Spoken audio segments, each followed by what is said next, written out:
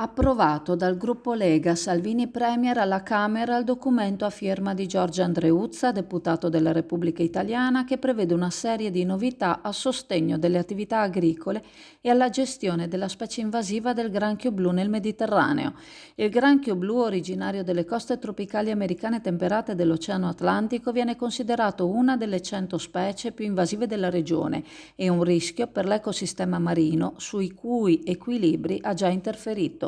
Voracissimo delle specie allevate dalle imprese di acquacoltura e molluschicoltura, soprattutto nell'area del delta del Po, ha decimato gli esemplari, compromettendo il lavoro di tutela ambientale portato avanti dagli oltre 3.000 allevamenti situati tra Veneto ed Emilia-Romagna. Per contrastare la diffusione del granchio blu e impedire che si aggravino i danni economici inferti ai settori ittici interessati, sono stati stanziati fondi a favore dei consorzi, delle imprese di acquacultura e della pesca che provvedono alla cattura e allo smaltimento della specie. È stato previsto uno stanziamento per esonerare parzialmente gli operatori dell'acquacultura dal pagamento dei contributi previdenziali e assistenziali ed è stato previsto un intervento aggiuntivo come indennizzo alle imprese per l'acquisto di strumenti di protezione degli allevamenti e per il ripopolamento e la semina delle aree colpite.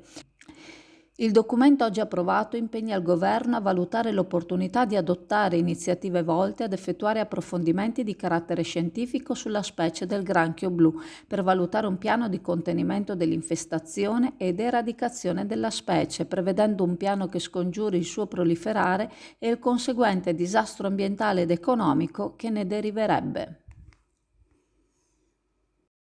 A novità dolce e salato in Viale Veneto a Sottomarina, tra le specialità di Chioggia il venerdì trovi anche le golosità portate da Napoli, dalle 1000 varianti di bussolà al casatiello, dai panini nostrani ai formati campani, panini ricchi e gustosi con ingredienti della cucina campana e tante specialità, non solo salato ma anche tanti dolci gustosi con ingredienti speciali, golosi rulli farciti e gustosi torroni. Novità dolce e salato è aperto tutti i giorni, anche la domenica mattina, ma il sabato sera dalle 9 alla mezzanotte potrai gustare ciambelle e brioche calde in tanti e tanti gusti diversi.